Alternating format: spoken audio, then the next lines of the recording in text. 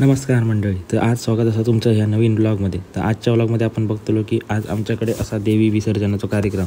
तर आमच्या वाडीत असा एक सार्वजनिक विहीर, त्या विहिरीवरती येतात सगळ्या घराकडसून देवी आणि देवीसोबत आणतात ते सुद्धा ती म्हणजे भाकरी आणि शेगलाची भाजी.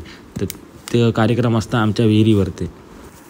एका झाडाखाली सगळ्या घरची देवी ही पूजली जातात आणि थोडे भाकरी आणि शेगलाच्या भाजीचं नैवेद्य दाखवलं जातं. कुटुंबाचा गौरी विसर्जनाचा कार्यक्रम चालू असा सगळ्यांना आपल्या वाड्यातली माणसं इतर जमलेली असतात.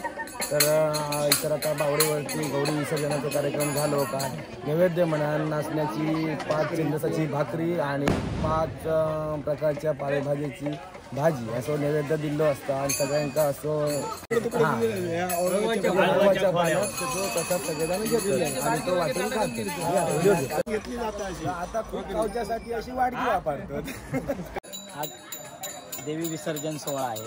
त्यानिमित्त आपण ग्रामीण भागात बघितलं गेलं तर अळूवाच्या खोल्यामध्ये भाकरी ठेवून आपण खाल्ली जाते आणि इतरत्र भांडी पण आणली जातात. तर तुम्ही आता बघतात ते म्हणजे हे गावातील सगळ्या घरातील देवी आणि त्यांच्यासोबत असलेलं हे नैवेद्य. तर ह्यो नैवेद्य गावातील एक सदस्य ह्यो सगळ्या लोकांका ह्यो नैवेद्य वाटून देतात.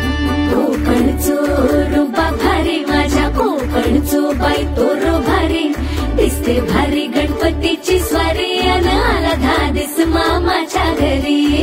मालवण चिपळूण सावंतवाडी माझ्या कोकण गावांचो दिमाग भारी. दिसते भारी गणपतीची स्वारी माझ्या कोकणा वाटे तुम्ही वलवा गाडी. धमाधमान हाका गाडी माझ्या कोकणचो रस्तो. व्लॉग जर तुमका आवडला असेल तर नक्कीच लाईक शेअर आणि सबस्क्राईब करू विसरा नको.